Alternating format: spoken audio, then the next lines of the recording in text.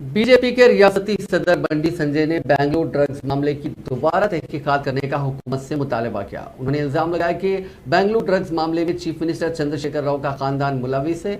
अवामी मसाइल से वाकिफियत और हुकूमत की नाकामियों को उजागर करने के लिए रियासती बीजेपी के सदर बंडी संजय की यात्रा 8वें दिन भी जारी है। आज जिले निर्मल के रत्नपुर गाँव में ये यात्रा दाखिल हुई, जहाँ बीजेपी के मकामी कैडर ने उनका इस्तेमाल किया।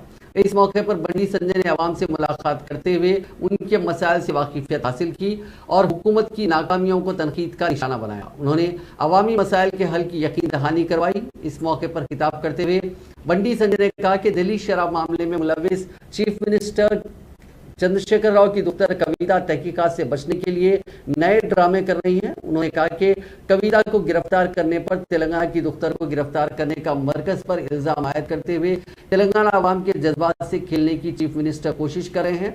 बंडी संजय ने इंतबाह दिया कि शराब मामले में कविता का जेल जाना यकीनी है। उन्होंने कविता को मशवरा दिया कि वो इस मामले में सीबीआई की तहकीकात में हाजिर होते हुए अपनी दयानतदारी को साबित करें।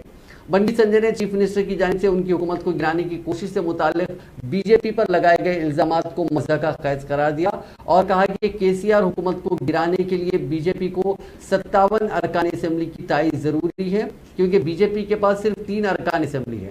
उन्होंने कहा कि उनकी पदयात्रा 16 दिसंबर को करीमनगर जिले में खत्म होने वाली है। उस दिन बीजेपी के कौमी सदर जेपी नड्डा इख्तितामी तकरीब में शिरकत करेंगे। ఏంటందా సారా సారా మీకు డబ్బులు వచ్చినాయా అక్క?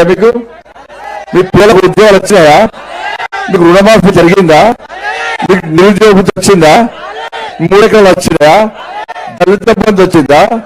పోడు భూముల సమస్య పరిష్కారం అయిందా? ఇవాళ జీతాలు వచ్చినాయా? పెన్షన్లు వచ్చినాయా? మరి మనకేమో పైసలు లేకపోయా, ఇల్లు లేకపోయా, ఉద్యోగం లేకపోయా, పెన్షన్ లేకపోయా, బిచ్చ బతకాయ మనది, అవునా కదా?